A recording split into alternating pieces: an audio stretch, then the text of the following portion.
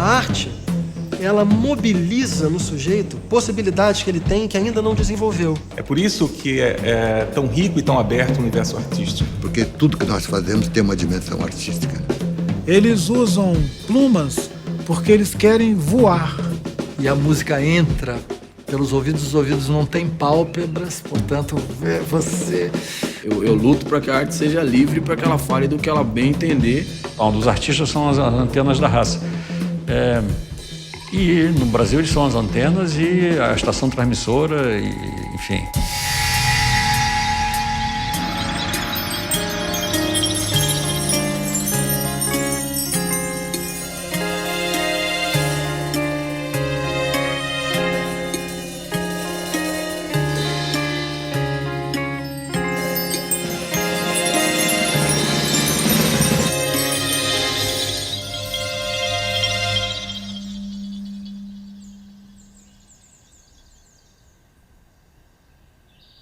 Todos os dias, mãe assistia ao espetáculo que era acordar filha.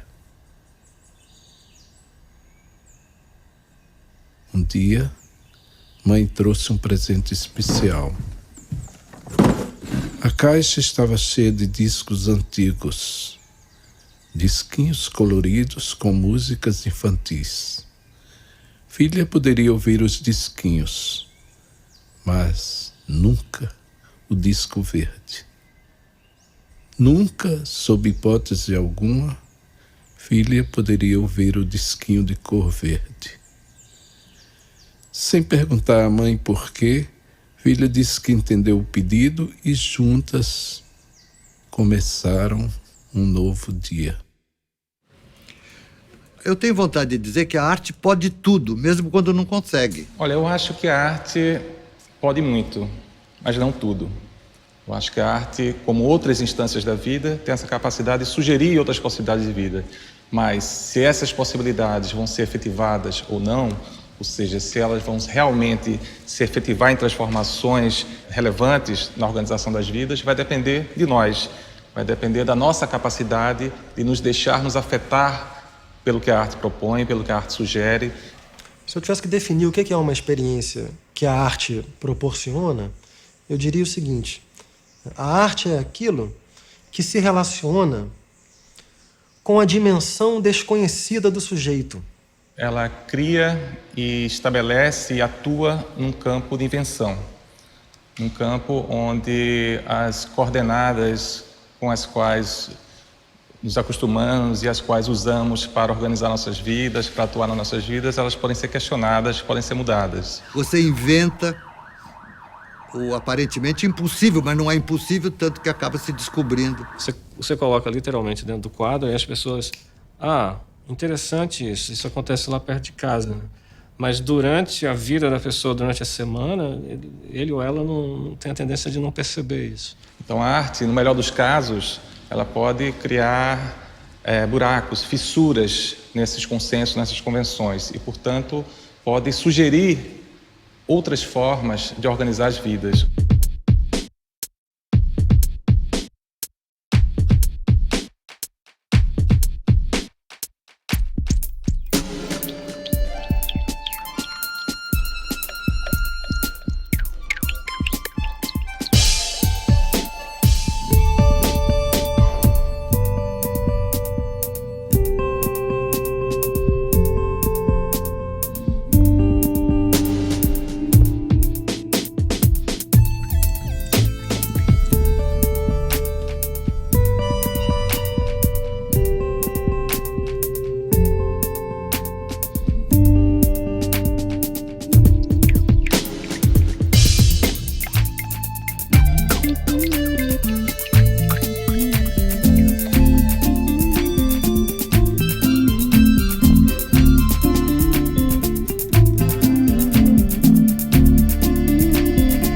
Por que a arte tem uma dimensão que é uma dimensão individualmente e coletivamente arriscada? Porque a arte está o tempo todo lidando com aquilo que não é. A arte ela é anticonservadora por definição. A frase famosa do Godard, né, a cultura é a regra, a arte é a exceção, ela está relacionada a isso. A cultura ela é o que existe. São as práticas identitárias. A arte não é. A arte tem essa capacidade de ser inclusiva, de trazer mais temas, mais questões, mais sujeitos para esse campo do estabelecido, que é o campo da cultura. Eu sou fascinado pela ideia de uma interpretação artística da realidade. Você poderia deixar 20 câmeras ligadas no corredor aqui fora e na rua e depois de algumas horas coletar o material e você teria 20 pontos de vista da realidade. Mas o que fazer com essas imagens? Né? Qual seria o recorte que você daria?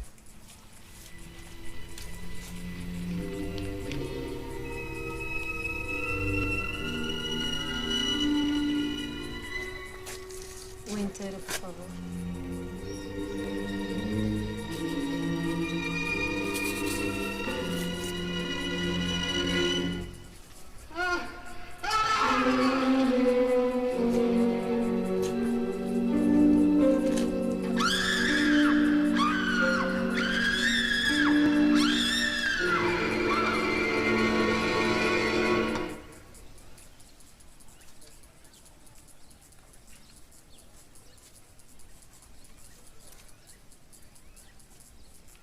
A criação artística é mais ou menos isso, é a invenção da linguagem, né?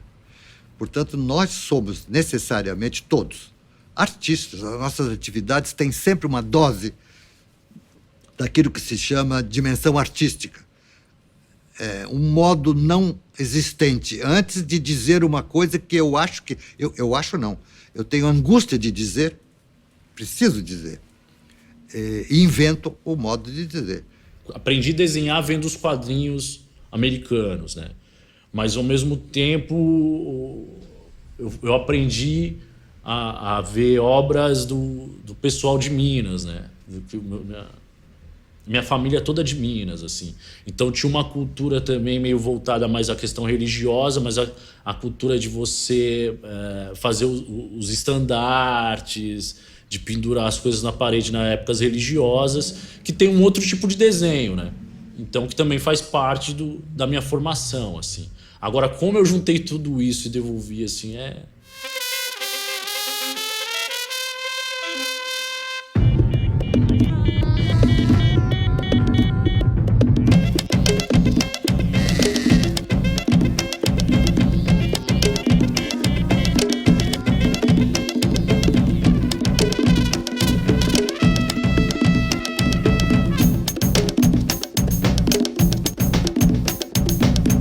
Em vários países que não pertencem, digamos assim, ao centro metropolitano da cultura, por exemplo, ocidental, países periféricos, sei lá, países eslavos, países escandinavos, países ibéricos. Nesses países periféricos, curiosamente, os grandes pensadores tendem a ser os artistas, os escritores.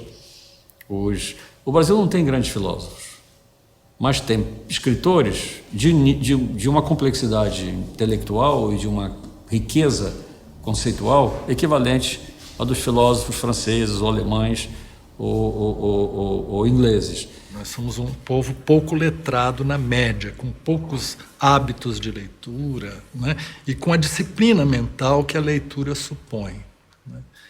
No entanto, Machado de Assis, Guimarães Rosa, Clarice Lispector e Manuel Bandeira, um momento que conviveram no Brasil. Esses escritores estavam vivos juntos, né? Esses são os pensadores brasileiros. É como se no Brasil, nos países que ainda não têm uma tradição sedimentada de reflexão teórica pura, filosófica, conceitual, etc., os pensadores efetivamente originais sejam os artistas, né? E não os universitários, que são talvez demasiado colonizados pelo pensamento europeu, demasiado presos aos paradigmas inventados pelos grandes mestres do iluminismo e depois do romantismo, enquanto que os artistas talvez tenham uma certa liberdade, uma certa irresponsabilidade ou uma certa genialidade, pura e simplesmente, para serem, de fato, as antenas da raça, como dizia o Ezra Pound. Os artistas são as antenas da raça.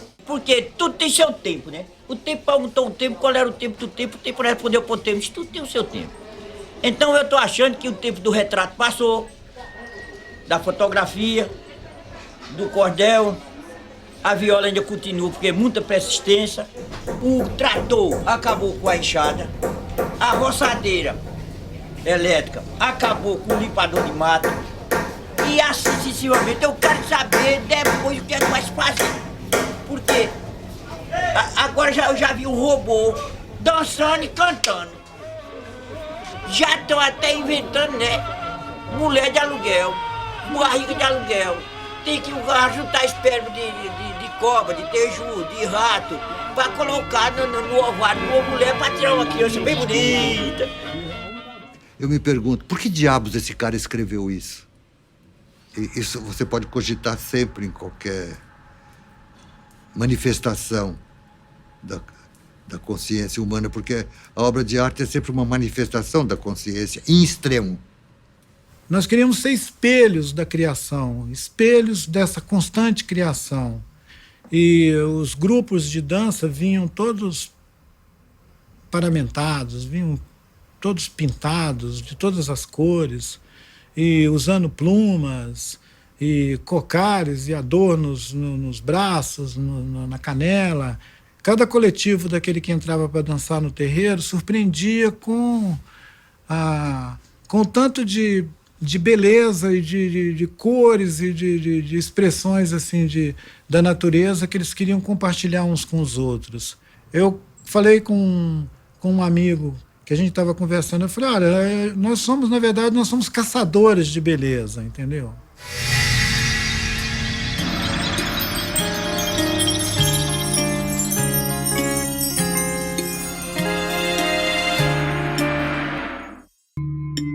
Volta e meia surgem questões sobre, principalmente, a qualidade da produção artística brasileira contemporânea.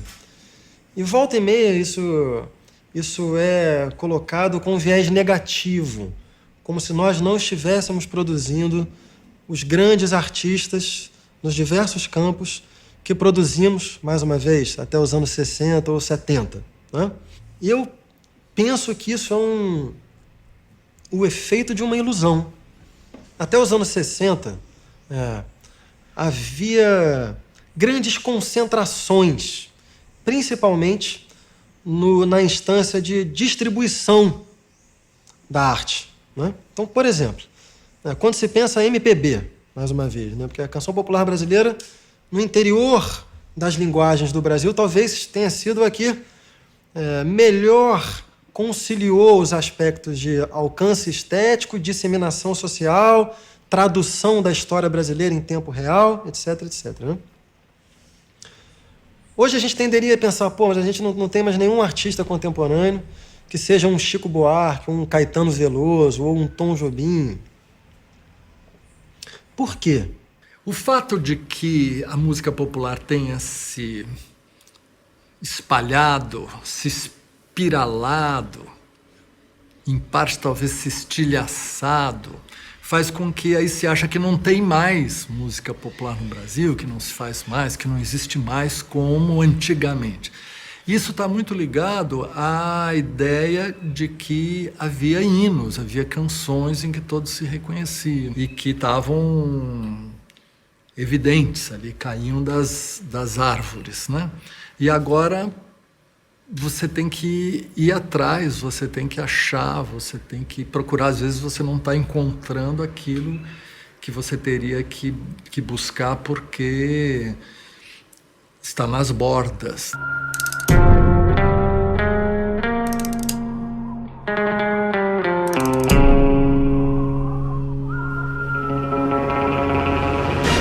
Não escolhi fazer rap não, na moral. O rap me escolheu porque eu aguento ser real. Como se faz necessário, tiozão. Uns rima por ter talento, eu rimo porque eu tenho uma missão. Sou porta-voz de quem nunca foi ouvido. Os esquecidos lembram de mim porque eu lembro dos esquecidos. Tipo embaixador da rua. Só de ver o brilho no meu olho, os falsos já recua. Vários cordeiros velhos de novo gritando que tá pronto. Eu vi, não é de pegar o dinheiro igual puta faz ponto aqui. aqui, termina o confronto em si, me dá um desconto aí. Caminho nas calçadas sempre, nunca te vi. Enquanto os otários se acham, os valores se perdem. Sobra pra quem tem em falta, se isso pra mim não serve. Não, mano, não tô com os vermes panguando. Não tá nas tracks, eu e os moleque tamo trampando. O rap foi muito questionado e foi tido como apologia durante muitos anos, como apologia ao crime, porque ele mostrava uma perspectiva diferente da do jornal, sabe? Hoje algumas pessoas compreendem aquilo um pouco melhor e outras não.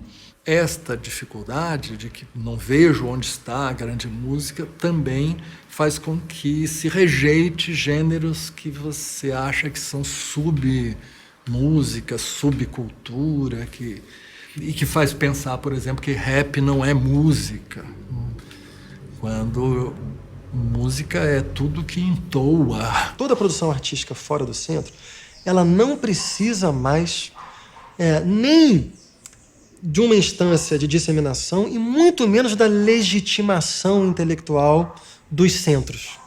Então, hoje em dia, você vê um fenômeno como o passinho. Passinho do menor. É uma dança que surgiu nas favelas cariocas e surgiu na internet. Os moleques dançavam, todos eles dominam essa tecnologia, vão em lan houses, filmam, baixam aquilo e aquilo dali é veiculado entre si. Eles mesmos veiculam, criaram uma forma artística, no meu entender, de alto nível, que é o passinho, que é uma coisa que combina elementos de tradições diferentes, cosmopolitas até, e fizeram a circulação entre eles próprios. E depois é que aquilo chegou ao centro e foi não legitimado, mas assimilado pelo centro. Então, na verdade, a velha questão dos patamares de bom gosto, eu pertenço a um nicho de bom gosto nesse mundo de mau gosto. Esta posição é uma posição defensiva, diferente daquela que o tropicalismo instaurou, que se propunha justamente a romper com os círculos do bom gosto, né? E que aquilo que é chamado de brega e tal, você entender como fenômenos e ter uma visão, vamos dizer, antropológica da canção, em que também a questão do valor estético está em jogo.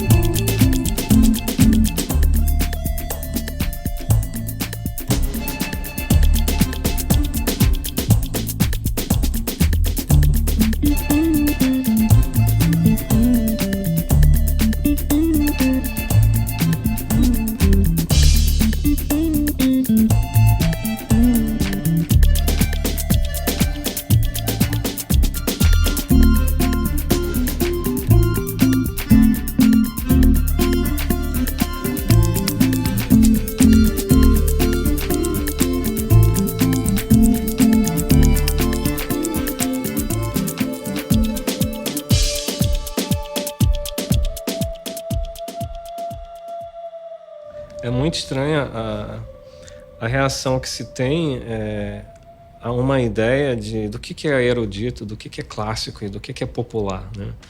Eu cresci vendo filmes que até hoje são grandes filmes e foram extremamente populares, né? Acho Dona Flor e Seus Dois Maridos um ótimo filme, é um filme extremamente popular. Acho que a coisa mais idiota que se faz é você querer que os jardins escutem Beethoven e a favela escute Bezerra da Silva só. Música, cara, música, pra começar, música é um negócio invisível, então não tem como cercar, sabe? Você vai escutar aquele bagulho, você vai chorar. Eu vou te falar, durante muito tempo na minha vida eu tive um puta preconceito com música erudita. E não foi porque um cara do violino me bateu. Foi tipo porque não chega pra gente, sabe? Tem coisa que não vai ser popular nunca. E não adianta a gente achar que vai destruir esse muro que separa a cultura erudita da cultura popular. Não vai. Eu conto sempre essa história, falar com o Tom Jobim. É diferente, existe essa diferença entre erudito e popular, e o Tom Jobim disse, na minha música, não. Agora, que existe, existe. Por exemplo, Mestre Didi, em Salvador. É pra rico ou é pra pobre, sabe? Tipo, porra, aquilo ali é a nossa vida, a nossa história. Então isso sempre me fascina muito. O que é uma coisa popular e onde é que estão as linhas divisórias? Elas são de mercado?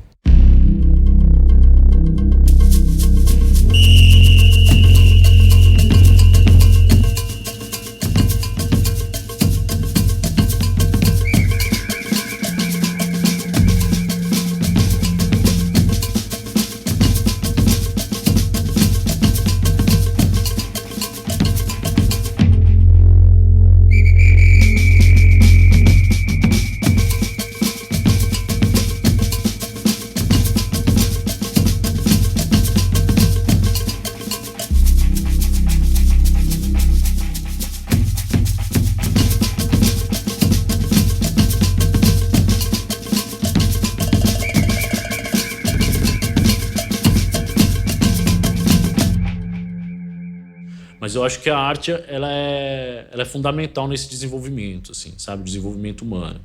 Uma que ela propõe, a arte por si só, propõe essa relação mais humana. Eu acho que ela pode, quanto arte pública, pensando mais na questão da arte pública, ela pode humanizar mais os ambientes, a cidade. E a gente vem ver isso acontecendo em comunidades, em espaços públicos, nos grandes centros, né? Porque esse processo de educação, do qual a arte faz parte, é evidente, mas outras instâncias da vida também fazem parte, permitem que cada um de nós usufrua mais desse potencial que a arte nos oferece. E vou dizer uma coisa aqui um pouco impopular, mas eu não acho que a arte seja obrigatória para todo sujeito. A arte é essa dimensão do desconhecido, é uma dimensão que ao mesmo tempo mobiliza a liberdade e mobiliza a angústia. Não vejo por que razão todo sujeito deveria ser obrigado a arcar com a angústia que determinados sistemas de pensamento, determinados modos de vida exigem.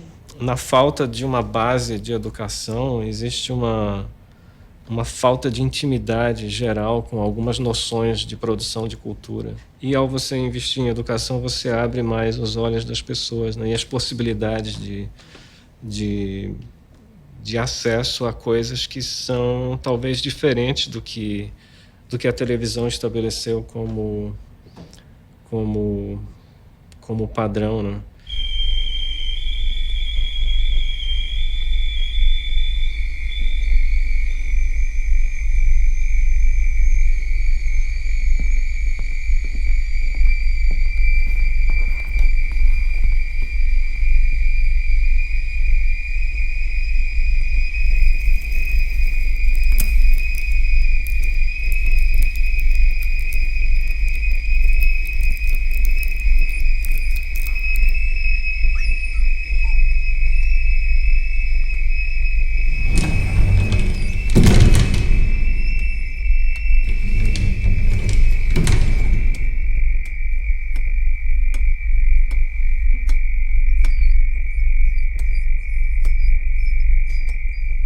A arte, no mundo que a gente vive, onde ela não está mais a serviço nem da igreja, nem do Estado, onde ela cria esse campo da estética, que é esse campo que é próprio dela, né? Ela é feita para qualquer um. Não para todos, mas para qualquer um. Mas esse qualquer um estabelece esse encontro com a arte a partir de diferentes pontos de vista, a partir de diferentes histórias, a partir de diferentes repertórios. Então, a partir desse encontro entre essa ficção que o artista cria e esse repertório de vida que cada um de nós traz consigo, é que pode se dar um efeito de emancipação das pessoas. Me parece que o fundamental é a igualdade em questões sociais e civis. A partir de um ponto de partida que seja considerado justo, os sujeitos se encaminham por si sós. A arte permanecerá sendo essa instância em que o sujeito terá acesso a possibilidades da experiência humana que não estão em outras instâncias.